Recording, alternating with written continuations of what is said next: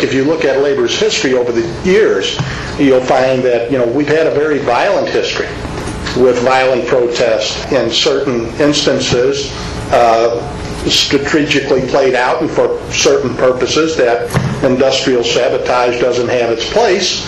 I think it certainly does. But as far as, and I can't really honestly say that I've never wished or have never been in a position where I haven't wished ill harm on somebody or inflicted any pain and suffering on some people that, we're all human. Didn't ask for it, but it certainly has its place. Violence is a tactic, and it's to be used when it's appropriate, the appropriate tactic. It's a tactic that should be used at the appropriate time. I believe in the violent overthrow of a bourgeoisie, and that freedom is found at the barrel of a gun, like Mao said and Marx said. Marx didn't say that. No, Marx said that to the violent overthrow of the bourgeoisie. And Noam Chomsky joined the IWW last month. Thank you. I don't necessarily want to be part of your capitalist society. I want to take over the state with the revolutionary movement, which... Is there any sort of rough guess on what percent of the population has to be involved for something to be considered a revolution instead of terrorism? Instead of what? Instead of terrorism. Like, if I attack a bank, I'm a terrorist. If 10 of us do it, we're terrorists. If 5,000 of us do it, are we getting closer to being a revolution, or what? You have to win. You have to win. He's right. You have to win. Distribution of wealth, which is different. Right. Well, there are some people whose definition of terrorism is just an army without a defense budget. Oh, and you can have a lot of people in the army without a defense budget, and that still is being called terrorism. Well, until it succeeds, and then it's a revolution. Chomsky says that the #1 state sponsor of terrorism is the United States of America. Without having been militant, there would have never been a French Revolution, there would have never been independence, there would have never been a civil war, and there would still be slavery, and there would have never been national liberation movements in Asia, Africa, and Latin America. So, I mean, it's also the CIO wouldn't have made it either. I mean, true militancy means high levels of participation and willingness to undertake creative and in-your-face tactics, I think. And the American labor movement never would have had the successes it had without that kind of militancy. The police are union members now. Yeah, that doesn't mean they bust fewer heads.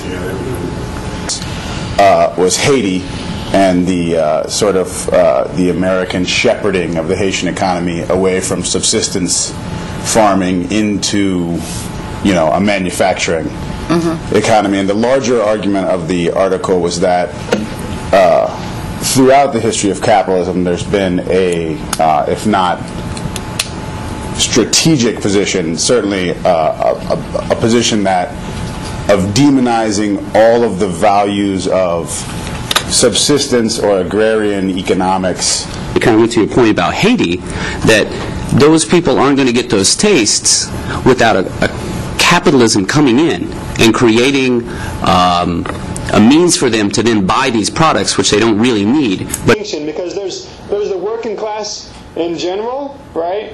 And then there's the organized sector of the working class. The Communist Party focuses primarily, not to the exclusion of, but primarily on the organized sector of the working class for a number of different reasons. First and foremost, the organized sector of the working class, the trade union movement, is in a lot of ways the training ground for the class struggle.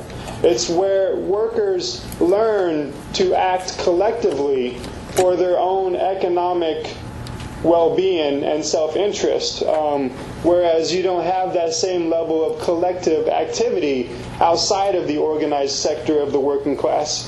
Is that there is no stability in capitalism, and it's freedom for the bourgeoisie.